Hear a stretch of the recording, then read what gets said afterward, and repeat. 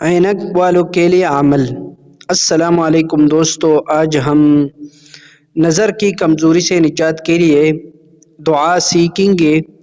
انشاءاللہ العزیز اگر آپ اس دعا کو ہر نماز کے بعد کریں گے تو انشاءاللہ العزیز آپ کی نظر تیز ہو جائے گا اور عینک کی کوئی ضرورت بھی نہیں ہوگی۔